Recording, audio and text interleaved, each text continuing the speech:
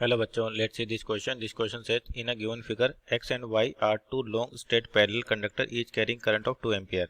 The force on each conductor is F Newton. When the current in each chain to 1 ampere reversed in direction, the force on each now. तो देखिए आपके पास क्या हो रहा है कि दो वायर दे रखे हैं आपके पास और एक वायर के दोनों में करंट दे रखा है, डायरेक्शन भी सेम है, तो एक दूसरे पे फोर्स लगा रहे हैं और फोर्स की वैल्यू F न्यूटन के रखी है। तो सबसे पहले की कॉन्सेप्ट की बात करें, यहाँ पर की कॉन्सेप्ट क्या होगा आपके पास। तो की कॉन्सेप्ट होगा basically force on a current carrying conductor, force on a current carrying conductor, current carrying conductor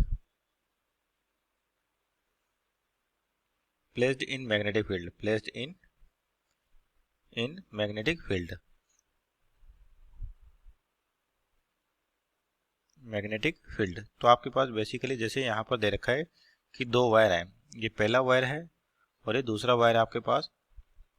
इसमें करंट 2 एम्पियर है और इसके अंदर भी करंट कितना है, 2 एम्पियर है और दोनों लॉन्ग इनफाइनाइट है आपके पास। तो इस वाले 2 एम्पियर की वजह से पहले तो क्या होगा, यहाँ पर मैग्नेटिक फील्ड जनरेट होगी। तो यहाँ से जो मैग्नेटिक फील्ड जनरेट हुई, मान लो बी है उसको, तो बी की वैल्यू क्या होगी आपके पास, बोलते डिस्टेंस कितनी दोनों के बीच में डी है, सपोज करिए कितनी डी।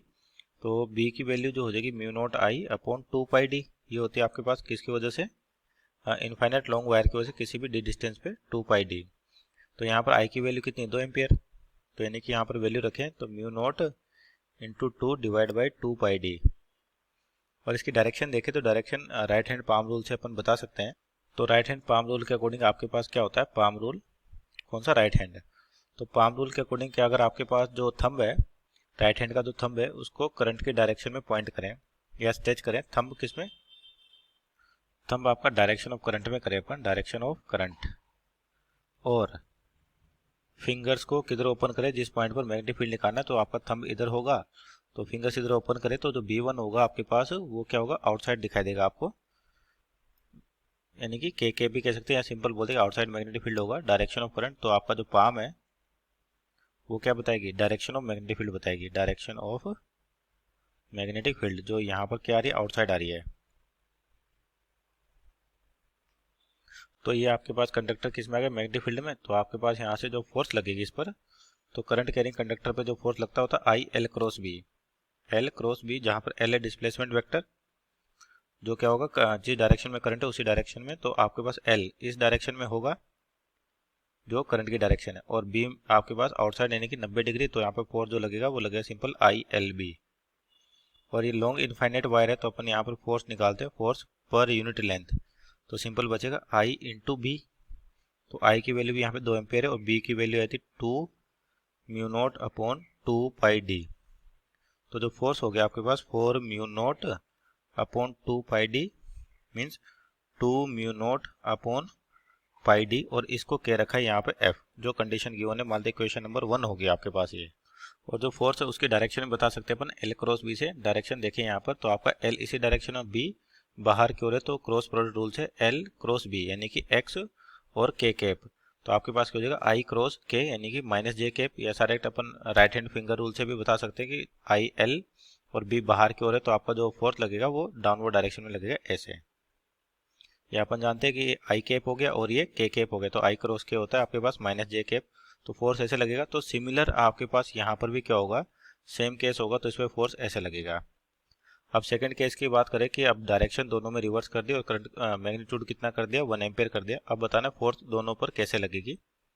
तो सेकंड केस को देखें आपके पास, अब करंट आपका ऐसे है और इस तरीके से, तो यहाँ पर दोनों वायर में करंट की डायरेक्शन चेंज होगी, तो और करंट का मैग्नीट्यूड आपके पास 1 एम्पियर हो गया। अभी भी डायरेक्शन क्या, दोनों वायर की सेम है, तो यानी कि फोर्स का डायरेक्शन तो कोई चेंज होने वाला नहीं है। फोर्स में डायरेक्शन में नो चेंज इन डायरेक्शन।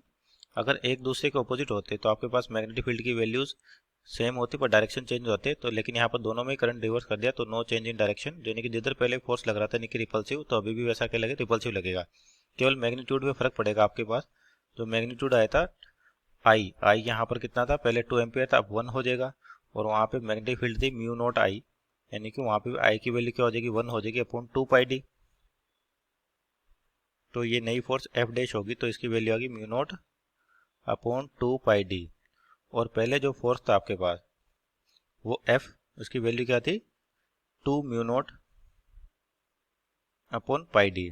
तो यानी कि इस फॉर्मेट में लिखे हैं तो इसको 2 से मल्टीप्लाई कर दे और 2 से डिवाइड करें तो आपके पास क्या हो जाएगा 2 mu naught upon pi D into 1/4। तो इसका मतलब आपके पास जो न्यू फोर्स होगी F डैश, ये क्या हो जाएगी पुरानी फोर्स के 1/4 हो जाएगी आपके पास। तो ऑप्शन चेक करें यहाँ पर, तो ऑप्शन आपका F/4 दो जगह पर रिमेन्स अनचेंज, तो यानी कि option number A is our right answer, क्योंकि यहाँ पे डायरेक्शन रिवर्स यानी कि गलत हो गया, F/2 गलत है। तो option number A that is F/4 and unchanged in direction is our final answer. Hope you understood well, best of luck.